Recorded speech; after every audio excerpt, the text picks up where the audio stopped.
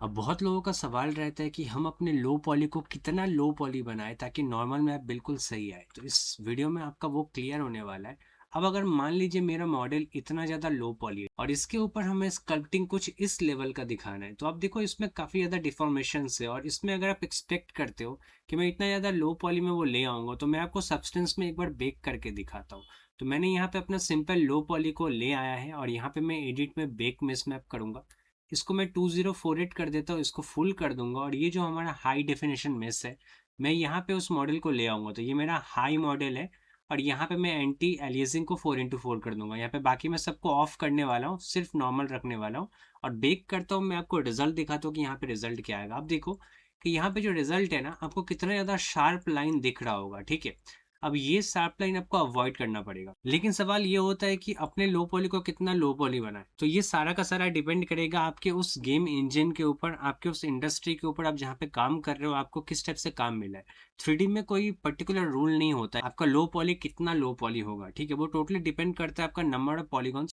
जैसे कि इस सीन में अगर मैं यहाँ पे डिस्प्ले में जाके, हेडसेट डिस्प्ले में जाके पॉली काउंट को ऑन करूँ, तो आप देखो कि मेरा ये मॉडल सिर्फ इतना ही है। आपका हो सकता है कि आपका रिक्वायरमेंट जो है वो 20 के ऊपर ना जाए, तो मैं डेफिनेटली इन सारे एजेस को पकड़ के यहाँ पे बेबल दूंगा जानबूझ के। देखो अगर मेरा लिमिट है। अब एक चीज आपको याद रखना है कि आपका जो लो पॉली है वो आप जितना ज्यादा क्लोज ला सको। जैसे कि देखो ये मेरा हाई पॉली है, उसके ऊपर ये मेरा लो पॉली है और उसमें देखो कितना ज्यादा डिफरेंस है, ठीक है।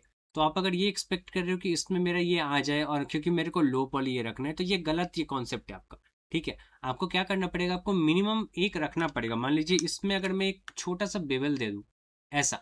अब आप सोच रहे हो कि नहीं यार, मेरे को बेवल नहीं देना, मैं चाह रहा हूँ कि इसको कंप्लीटली लो पॉली रखूं। तो आप लो पॉली भी रखना चाहते हो और साथ ही साथ आप ये भी चाहते हो कि मेरा जो इतना हाई डिटेल है वो भी दिख जाए उसमें।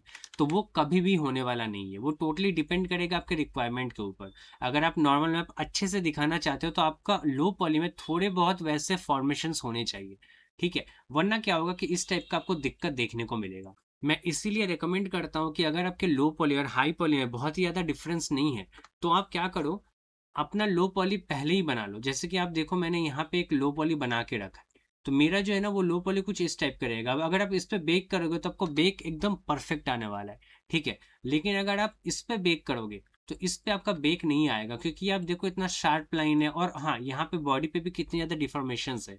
तो आपने उसको भी ये फॉलो नहीं किया है।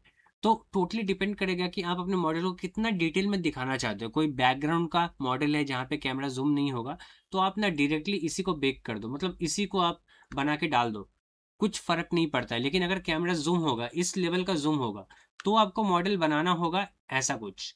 ये देख लो आप लो पॉली, अगर मैं हाई पॉली भी यहाँ पे लाऊं तो आपको समझ में आएगा। Look at this. अगर आप देखो तो यहाँ पे कुछ ज़्यादा डिफरेंस नहीं है, लाइक ऐसे आपको लग रहा है। अगर मैं यहाँ पे थोड़ा सा स्केल डाउन करूँ तो आपको समझ में आएगा। ये देखो, ये पूरा का पूरा जो है ना एकदम उसके साथ एकदम सटा हुआ है, ठीक है। तो इस टाइप का रहना चाहिए, तो इसमें कुछ ज़्यादा आपको लाइक ऊपर नीचे नहीं मिलेगा, ठीक है। लेकिन अगर मैं इस मॉडल की बात करूं तो इसमें बहुत दिक्कत है। ये देखो यहाँ पे कहीं भी आपको ना एकदम पूरा फ्लैट लाइन है, उस पर आप ऐसा रख रहे हो। तो अगर आप ये नहीं बना रहे हो तो आप सब्सटेंस में भी यहाँ पे बेक के टाइम में ना एक ऑप्शन होता है ये वाला, केस फाइल, आप इसको बढ़ा चढ़ा के देख सकते हो। हाँ बट ये रिकमेंड नहीं होता है। आपको ट्राई करना होता है कि आप इसी को ना किस हद तक अपने हाई पॉली के साथ मैच करवा सको। तो सिंपल सा आंसर है, रिक्वायरमेंट के ऊपर ये बेस्ड है कि आप अपने मॉडल में क्या क्या दिखाना चाहते हो, ठीक है। अब मैं जनरली क्या करता हूँ, मैं जी ब्रश में ही इस पर्टिकुलर चीज को ना यहाँ पे जी रिमेशर यूज करता हूँ। यहाँ पे मैं 1 लिख दिया और यहाँ पे मान लीजिए मैं जी रिमेशर कर रहा हूँ, तो ये थोड़ा सा टाइम लेगा। अब इसका अगर मैं पॉलीफ्रेम दिखाऊं तो आप देखो ये कुछ इस टाइप का है। अब जी ब्रश में आपको एग्जैक्टली पूरी तरीके से लो पॉली तो करके नहीं देता है, तो मैं क्या करता हूँ, इसको मैं एक्सपोर्ट कर लेता हूँ।